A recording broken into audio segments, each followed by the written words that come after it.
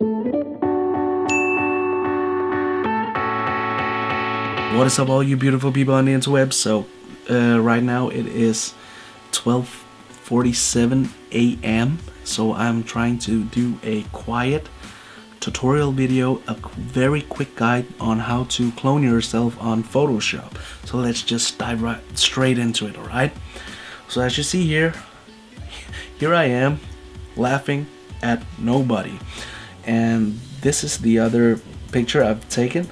So simply just, you see there's two layers on top of each other on the layers, and just take the top picture and press M for marquee tool, and then you can like try to mark the whole right side until the center of the picture, and then simply just delete it.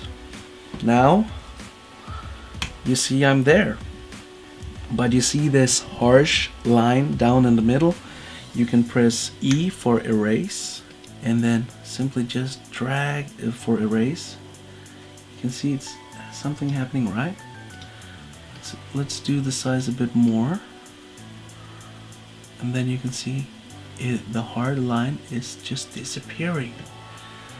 We can do more there. Then it looks like I am having a twin brother.